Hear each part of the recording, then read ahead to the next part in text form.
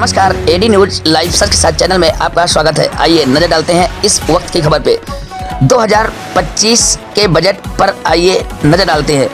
Finance minister Nirmala Sitharaman ने budget 2025-26 में tax payers को बड़ी राहत दी है। निर्मला सीतारमण ने ऐलान किया है कि 12 लाख रुपए तक की आमदनी पर कोई टैक्स नहीं लिया जाएगा।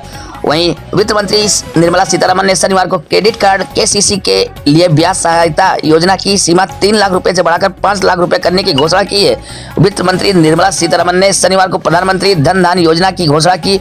इसके तहत कम पैदावार, आधुनिक फसल गहनता और औसत से कम ऋण मानदंडों वाले 100 जिलों को शामिल किया जाएगा। वित्त मंत्री ने अपना लगातार 8वां बजट पेश करते हुए कहा कि इस योजना से 1 करोड़ 7 लाख किसानों को लाभ मिलेगा।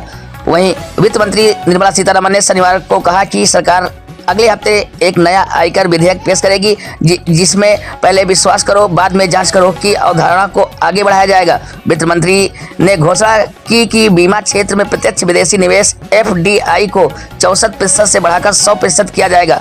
वित्त वर्ष 2025-26 का बजट पेश करते हुए सीतारमण ने कहा कि पिछले 10 वर्षों में सरकार ने करदाताओं की सुविधा के लिए कई सुधार को लागू किया है, जिसमें फेसलेस मूल्यांकन भी शामिल है। केंद्रीय मंत्री निर्मला सीतारमण ने शनिवार को घोषणा की कि सरकार अगले 3 वर्षों में सभी जिला अस्पतालों में डे केयर कैंसर केंद्रों की स्थापना की सुविधा प्रदान करेगी और उसमें 200 इसी वित्तीय वर्ष 2025-26 में स्थापित किया जाएगा। सीतारमण ने 2025-26 के आम बजट पेश करते हुए कहा कि गिग वर्कर्स को PM जन आरोग्य योजना PMJAY के तहत स्वास्थ्य सुविधाएं प्रदान की जाएगी। सीतारमण ने अपने बजट भाषण में कहा कि अगले 5 वर्षों में 75,000 सीट जोड़ने के लक्ष्य की दिशा में अगले वर्ष मेडिकल कॉलेजों और अस्पताल में 10,000 अतिरिक्त सीट जोड़ी जाएगी। भारत को दुनिया भर में खिलौनों का हब बनाया जाएगा। उन्होंने कहा कि बिहार के लोगों की आय बढ़ाने के लिए मनरेगा मखाना बोर्ड को बनाया जाएगा। बता दें कि वित्तीय मंत्री सीतारमण ने एक बार फिर पारंपरिक वही खाता शैली की शैली में लिपटे एक डिजिटल टैबलेट के जरिए अपना 8वां बजट पेश किया। वैश्विक महामारी में प्रभावित 2021 में उन्होंने भाषण और अन्य बजट दस्तावेजों को ले जाने के लिए पारंपरिक कागजात की तहत डिजिटल टैबलेट का इस्तेमाल किया। यह बजट साल 2014 में बाद से नरेंद्र मोदी सरकार के तहत लगातार 14वां बजट है, जिसमें 19 और 24 में आम चुनाव पहले पेश किए गए हैं। तो ये रही अब तक की खबर। फिर मिलते हैं किसी बड़ी खबर के साथ, तब तक के नमस्कार। My name is Amit Mittal. I have been in the aviation industry for 18 years at senior and leadership position on aircraft leasing and financing. I have been an airport director. I have been with the Bank of Baroda as AVP Aviation. Currently, I am CEO in a aircraft leasing company called Modern Aviation IFSC.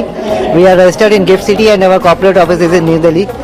So my domain is aviation strategy, airlines, aircraft leasing and financing, and aviation projects. So today is the budget day, and we are expecting a big announcement from this budget. For the aviation industry, what are you expecting, sir? What are your expectations? So my expectations from the budget is that aircraft financing is a very big demand of the industry, and most of the Irish leasing companies and companies from abroad are giving aircraft on lease to commercial aircraft on lease to airlines here in India. So one of the things which can be done in the budget is maybe aircraft financing is declared as an infrastructure financing, so the banks and the NBFCs in India can look at it that way. Secondly, some kind of measures may be taken for giving better passenger experience and better passenger fares, particularly in seasons where the demand is very high or sectors where the demand is very high. There is a pinch on the airline passengers for the airfares. So something might be done on that, not from the government side or from the industry side, to do a self-regulation to mitigate the airfares which are astronomically high at certain times. Sir, what is the condition of aircraft industry currently in the country, and how do you see the